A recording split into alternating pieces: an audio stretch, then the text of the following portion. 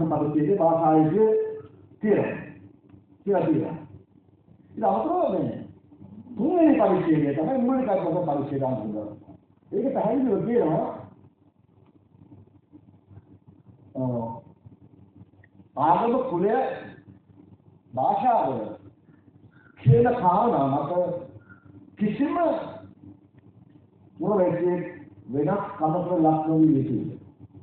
දැන් බලන්න අපේ පරිච්ඡේදයේ කියන කතාව වෙනස් ආකාරයකින් මොරේකේ අයිතිය මූලිකයි කරලා තුන්වෙනි පරිච්ඡේදයේ එතකොට ඔබ තේරුම් ගන්න විදිහට හැටියට මේක පුරවැසියන්ම ආරක්ෂා කළ යුතු ප්‍රශ්නයක් තමයි. භාෂාව නිසා කිසිම වෙනස්කමකට බාධා වෙන්න බෑ. එතකොට ඔබලා මොන භාෂාවෙන් වැඩ කරන්න බලය ලබා ගත්තා පුරවැසියාගේ භාෂාවෙන් වැඩ කිරීම කරලා දීම වගකීම. අපේ පරිමාණ භාෂාව සිංහල ඒක අපේ වැඩ කරන සිංහලෙන් අපේ සේවාව සිංහලෙන් කියන්නේ බෑ. ඔයගොල්ලන්ගේ ප්‍රදේශවල 99.9%ක්ම සිංහල වෙන්න දෙන්න පුළුවන්. ඒක කියන්නේ අපිට ඕන වෙන්නේ නෑ. 365 දවස් එක දවසක හරි කවුරු පුරවැසියෙක් කිව්වොත් මගේ දෙමළේ කොසිංහල කළා දෙන්න කියලා වෙනත් පරිපාලන භාෂා කරන්න ප්‍රතික්ෂේප කරන්න බෑ. ප්‍රතික්ෂේප කරන්න බෑ. නෛතික අයිතියකුත් බෑ. සදාචාරමය අයිතියකුත් නැහැ. මම දන්න භාෂාවෙන් මට සේවය ගන්න මම බැඳිලා ඉන්නවා. එවැනි අවස්ථාවකදී ඔබ සූදානම් විය යුතුයි. අපේ පැත්තේ 99ක් සිංහල අපේ පැත්තේ දෙමළ පොළේට ඒක නෙමෙයි ප්‍රතිපත්තියේ අරමුණ. ප්‍රතිපත්තිය අරමුණ බොහොම පුළුල් සමගියෙන් පිළිච්ච රටක් හදන තිරසාර ජීවනයක් පවත්වන හැකි රටක් හදන එකයි මේ ප්‍රතිපත්තියේ අරමුණ. මෙතන බොහෝ දේවල් කියන්නේ කිව්වත් මම හිතන්නේ ඒක ප්‍රමාදලා අඩනම සිද්ධ වුණේ. ඉතින් අවසාන වශයෙන් කියන්නේ අපි මේ භාෂා ප්‍රතිපත්තිය අවුල් කරගෙන විශාල කේන්ද්‍රවාදයකට මුහුණ දුන්නා. අපි යුද්ධයක් කළා. ඉතිහාසය පුරා යුද්ධ වෙලා තියෙනවා.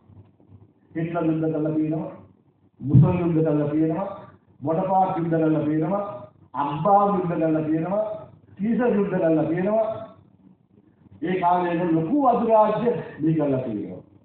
ඒ වෙනුවෙන් කෝටි ගණන් මිනිසුන්ගේ ජීවිත බිලි කළා තියෙනවා. බිලි දීලා තියෙනවා. ඒවල විරුද්ධව සම්මත ස්වාධීනත්වයේ සමග මිනිසුන්ගේ ජීවිත උදාහරණ වෙලා තියෙනවා.